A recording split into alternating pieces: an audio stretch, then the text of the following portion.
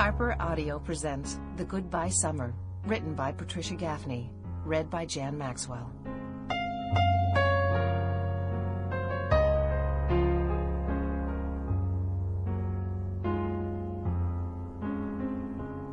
Nana had to have all her art supplies with her, all of them, so it took a whole day and about 7 trips back and forth in Caddy's old Pontiac to move her into the Wake House Assisted Living Facility.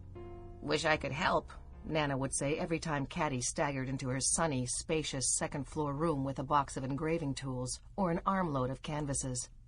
Wake House had an elevator, thank goodness, but it also had 6 steps between the sidewalk and the front walk, 4 more up to the wide front porch.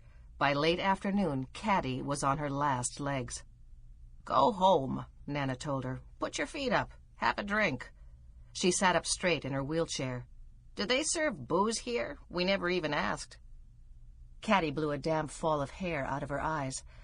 "I've only got a few more things to bring in." One more, actually. Nana's nude, life-size papier-mâché statue of Michelangelo's David. She had to have it, even though she only used it for a hat rack. Caddy had been saving it for last, hoping the front porch would be clear of witnesses by now. Half a dozen elderly Wake House residents had been monitoring the whole moving-in process since morning, and they all had kindly, welcoming smiles and eagle eyes. "No, you go home. I mean it. I didn't even do anything, and I'm exhausted." "You met people. That's tiring." "I met 100 people," Nana agreed. "Can't remember a single one's name, except those 2 gals. "The Harrises," Caddy guessed, and they laughed together. Mrs. and Mrs. Harris were 70-something ladies who lived on the same floor but never spoke a word to each other because, according to Claudette, the activities director, they used to be married to the same man, the late Mr. Harris. "And Lorton," Nana recalled. "Somebody Lorton. Him I remember because he's the only one who's older than me. He's 110.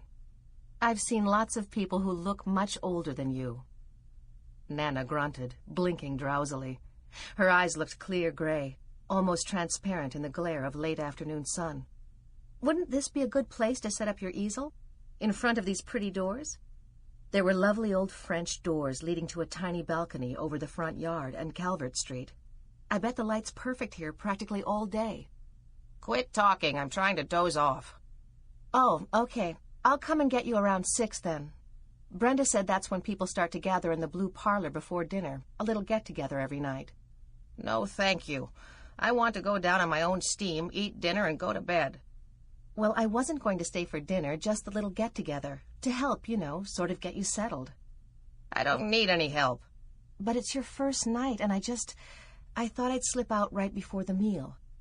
The busiest time, when Nana was in so many people's capable hands, food in the offing, everything a little bit hectic, so she'd hardly even notice Caddy was gone. "No, slip out right now. Get." She turned her chair around to face the sun sliding down behind the glass doors. "Go. Goodbye.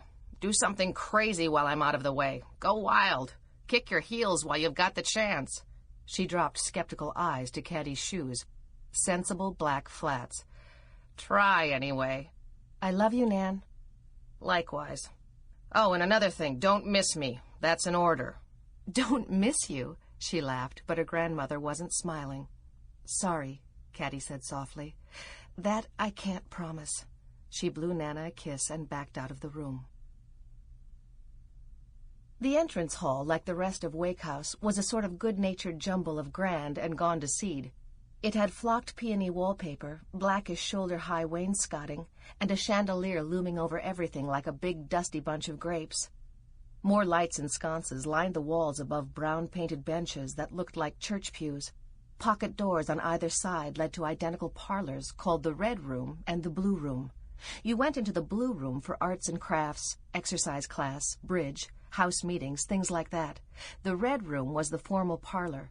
You had to be quiet in there, read a book, play checkers or chess, entertain sedate visitors. Caddy was crossing the hall. The scuffed parquet floor was so creaky it sounded like little firecrackers exploding under her feet at every step. When Brenda Herbert came around the corner from her office, "Caddy!" She had a hearty, booming voice, as if a microphone were pinned to her Sample complete. Ready to continue?